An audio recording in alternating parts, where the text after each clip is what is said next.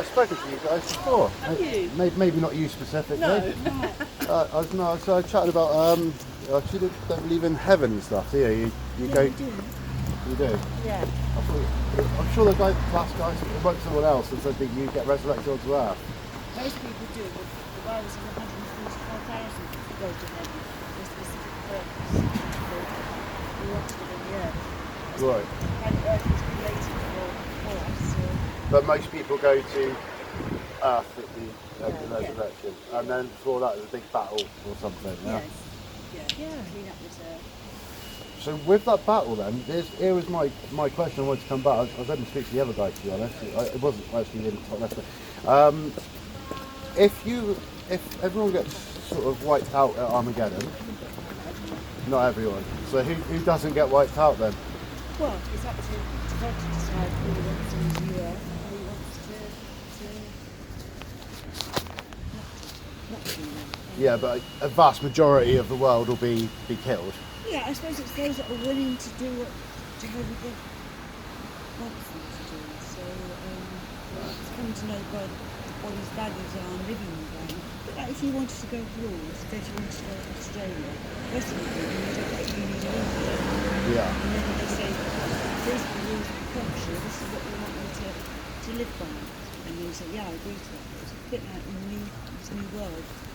Jehovah's laid out in his Bible how it's supposed to be behaving now to prove they want to live in the nation. So what happens to all the children then? Well, that's up to God to decide what happens to the children. But obviously they're going to be wiped out as well, presumably. Not necessarily so. If they haven't had the opportunity to come to know what God's like themselves, they'll think, well, just because you're the son or the daughter of so-and-so and he's not going to get through with it, just that's really not a loving God. So if they never know the truth about God, then they can't be killed at Armageddon. That's right. Does that apply to everyone in the world? I suppose it is. You're given the opportunity now through the Bible to come to know him. But if I went through and I'd never spoken to a Jehovah's Witness, then Bless you. Then he's not going to go, you spoke to a witness, so you should have took it up. You're God. No, it's just sort of a silly point I just sort of thought of just then. That if people that don't know about it go through because they don't know about it, surely all that you do by telling people about it is give them an obligation. Because if they didn't know about it, then they would have gone through anyway. Yeah,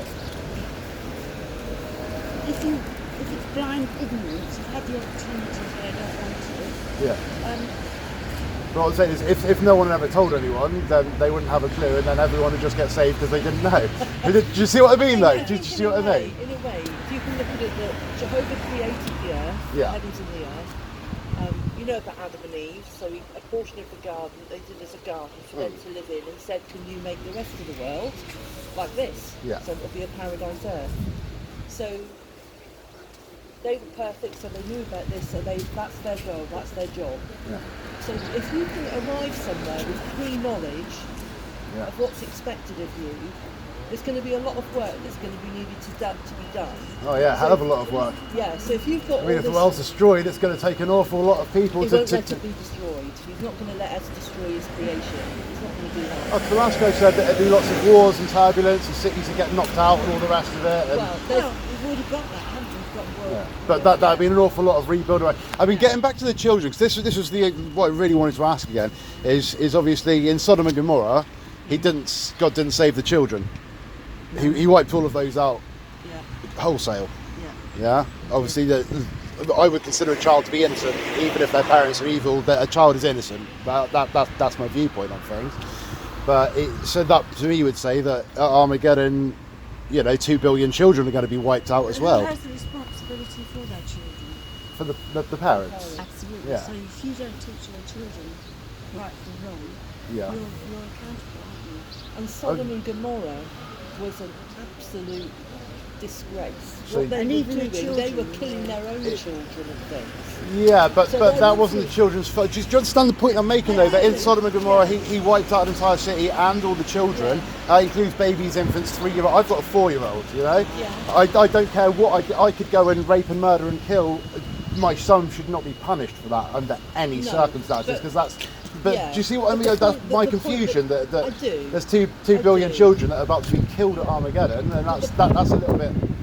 Is that not dodgy? About Sodom and Gomorrah is all these children have been raised and living in these conditions. They were all being, if you like, they were being taught that way of life.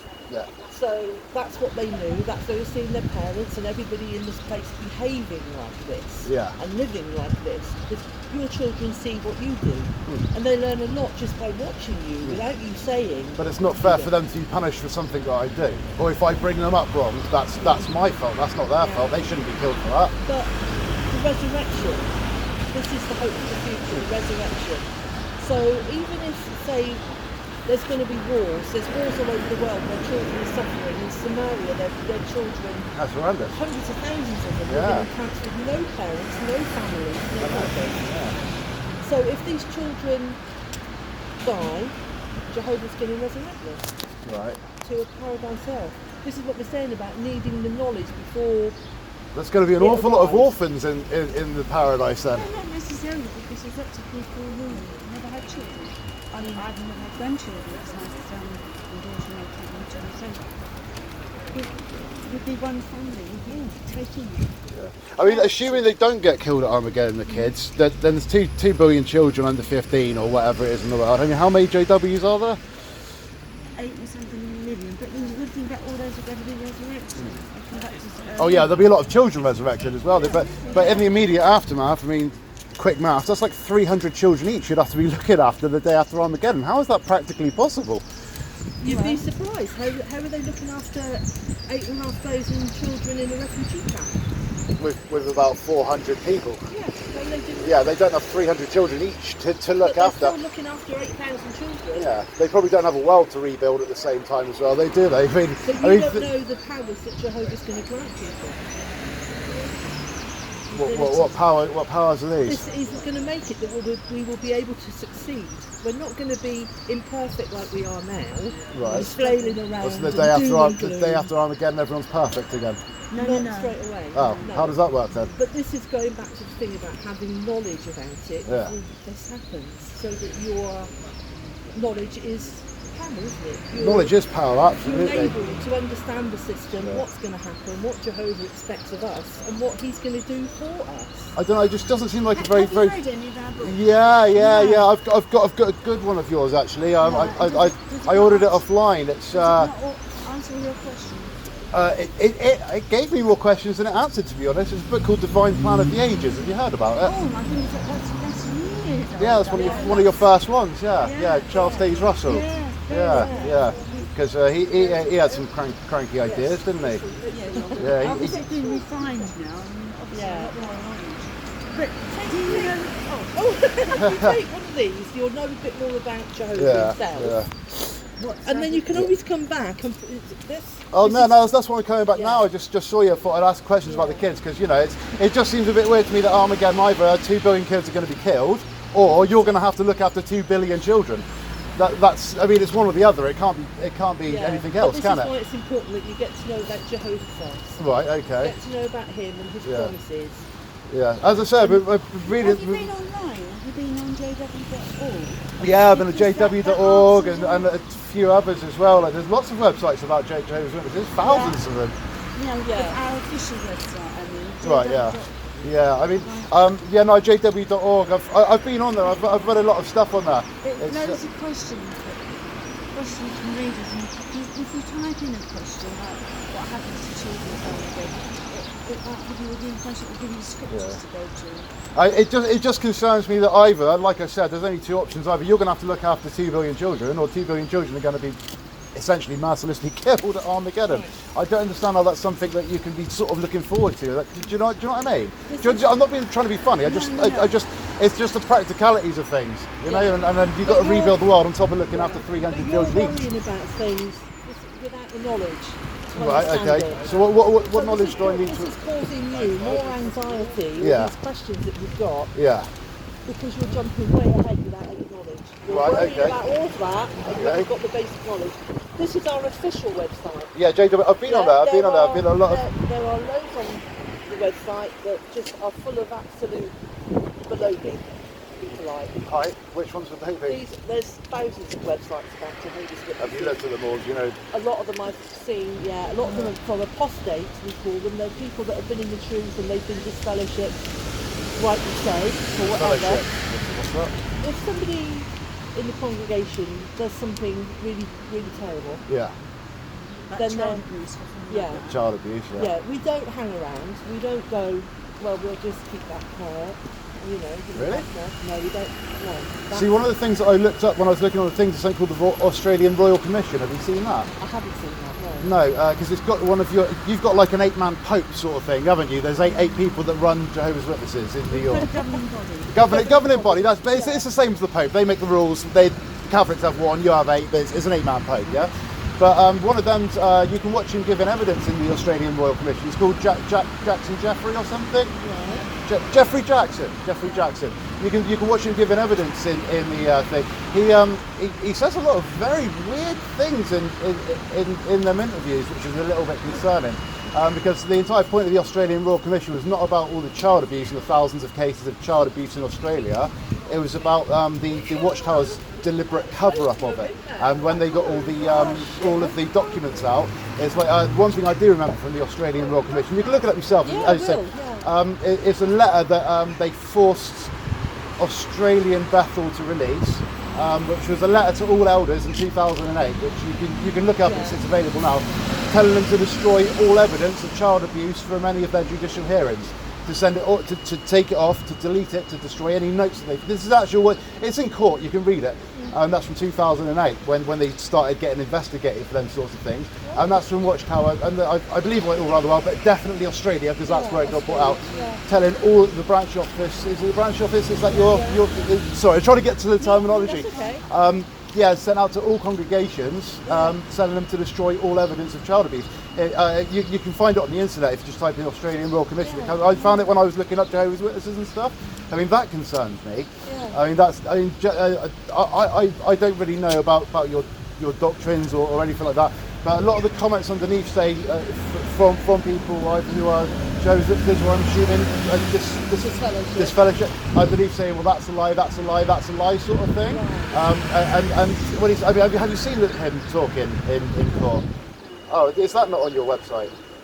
I don't know. I've never come across it. Have you? The Australian Royal Commission. It's a massive thing. I mean, if you click on that, obviously it goes into all the other court cases around the world with Watchtower as well, like in San Diego and in Canada, the class action lawsuit out there. Have you not seen? You've definitely been doing Oh yeah, some no. Well, research. after I spoke to the last guy, I really went into it and looked. Because a lot of what he said was really good. Because I lost someone not so long back, and he was talking about the resurrection. And then I started asking myself, well, what about the kids? And that's why I started looking at it. And it's the Australian Royal Commission that really sort of opened the key for it. Yeah. But there's one in, I think it's San Diego or something in America, where they the court. Candy Condis or something like that, this girl, she didn't sign a non-disclosure agreement, because that's what normally happens with Watchtower. When it gets to court, they sign a non-disclosure agreement, make a massive payout to the people. This is on record. This is from the courts, and then it never gets published, because they have to sign the victims have to sign non-disclosures. But with you look it up, Candy, something like that, I can't remember her name exactly. She didn't sign a non-disclosure. Right. So her court case is publicly available, you can look at it. And what the court did was they told the Watchtower, I'm sorry if I'm getting the names wrong here, okay. They told the Watchtower, we want your entire list, because they demanded, and they said, the Watchtower said, please double check what I'm saying for veracity. The Watchtower said, we have 1,005 alleged child abusers on our system in this state, or in this, however big the area was. And the court says, right, we want the names of all of these people so that we can investigate them. The Watchtower said, we will not give you their names. The court said, we're charging you $5,000 a day fine until you give the names over. To the best of my knowledge, they're still paying it years later. It's racking up to about $7 or $8 million now. But they're still paying $5,000 every single day, so that they don't have to, as a fine, because they won't release the 1,005 names of paedophiles in the San Diego area. I understand there's a lot of people say silly things and this sort of stuff, but this is all off the official. This is official pages, the official court transcripts. I went to college, and when I researched them, I like to actually go in and I look at both sides of the argument, like I'm sure you do as well. But yeah, 1,005 cases. And then there's a class action lawsuit up in Canada as well, where they're doing Watchtower as a whole, the systematic cover-up of child abuse. That's running into, I think it's 45 million Canadian dollars at the moment, which is over 200 people together as a class action lawsuit, all going together. And it's not the abuse that they're being sued for, it's the cover-up of the abuse. Keeping the names quiet. Yeah, keeping the names quiet. And because what they said is they treat it as a sin rather than a crime. Actually, can I just stop you please, there? please. I'm here to learn from you, please. I can't remember what year it was. All the congregations throughout the world Yeah. had a letter from the governing body saying it is all cases of child abuse are to be reported to the authorities. The authorities will sort it out rather than the elders. Yeah, okay, so let me correct you on that one quickly. Again, please, I'll come back down again. You look it up on the court transcripts, and then you tell me where I'm wrong. What they actually said, this Jeffrey, sorry, what is it? Jeffrey Jackson, that's the one. He said that if it's mandated by law in a country, then yes, they would report it every time, but they will not change their laws because it could lead to people being falsely accused. And therefore they will not report it to the police. But what they did say is, we now give a letter to anyone that reports child abuse saying that they have every right to go to the police themselves. That's exactly, I think that's what you're referring to. What the barrister then stood up and said is that we've actually got this through freedom of, not freedom of, when they demand things from information, is the second letter that's immediately presented to them after that one, they say informal, but again, look at the transcript and look at the court case, saying that if you do report this to the police, please remember that we'll bring dishonour on Jehovah's name, or reproach. Remember that if you do report child abuse to the authorities, we'll bring reproach on Jehovah's name. So they had to answer questions about that as well.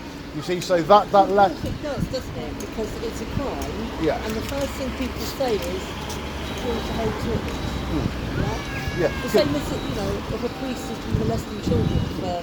Oh yeah, the Catholics are terrible for it, weren't they? It's because you're, Catholic. Yeah, it's nothing to do with Catholics or Jehovah's Witnesses. It's just about that particular disgusting little half man thinking he can abuse children. Absolutely. The court cases are not about that though. The court cases are about Watchtower specifically from head office downwards, from the top down, covering up and making things. I remember that letter coming into the. Yeah, because it came out. Please, because your elders have a book as well. You've probably read it yourselves called Shepherding the Flock. You've probably read it yourselves as well. Another massive thing that came up in the ARC, the Australian Royal Commission, about that was the thing about you need two witnesses for a crime. Okay. So what they brought up in the Australian Royal Commission at length, and that actually took hours and hours and hours of discussion, was that if, and this is from Jeffrey Jackson again, because they'd be legal people from Watchtower, but Jeffrey Jackson's one I was interested in because he's one of your Pope. Sorry, Governor. You know what I mean. So what came out was that if a child goes to an elder, and this is in the Shepherding God's Flock book, which again you've probably read yourself, if a child goes and accuses an elder of abuse, but there isn't a second witness to the crime, when would there be a second witness to that crime? If there's no second witness, then the matter is to be left in Jehovah's hands. Now, that is a real tricky. Well, like you say, that's not the sort of crime where you're going to have a second witness. No. So what should be done is what you said is done is it should be reported to the police every single time, because they have DNA. They don't need second witness. They've got lots of ways to get around it. And that was when we get a letter from the governing body, it's read out to the whole congregation. The letter that Linda mentioned, I remember that letter being read out. There was a big congregation. Rock congregations. Oh yeah, absolutely. Nobody likes to think that we as an organisation have actually been covering up child abuse. No. But they have. Well, I mean, it's not just one country. It's in England. There's loads of court cases going as well, which again you probably know about. But it's not about the child abuse. It's about the systematic cover-up of the child abuse. You say that you read every letter in the thing as well. Again, if you could watch I've got to go back to work now.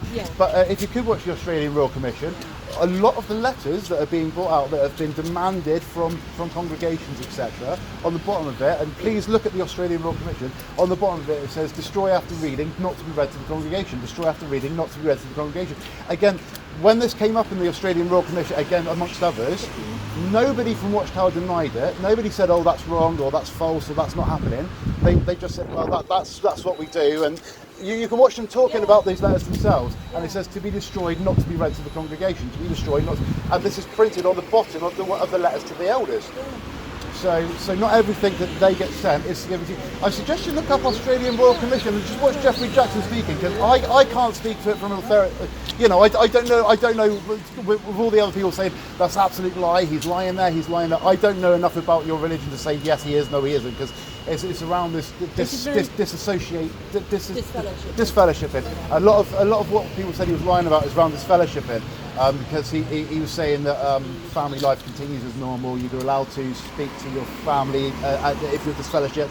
There's no bars between speaking to your family or anything. You're completely allowed. No one would look wrongly on you if you spoke to a family member who has disfellowshipped or had the moments for dinner. That all continues as normal. Whereas in the comments there are. Well, that's what in the comments, all these people say that's false. I can't speak to my mom. I can't speak to my dad. I can't speak to my mom, etc. But Jeffrey Jackson is the one standing up saying that of course, family relationships continue like normal. Well, they don't.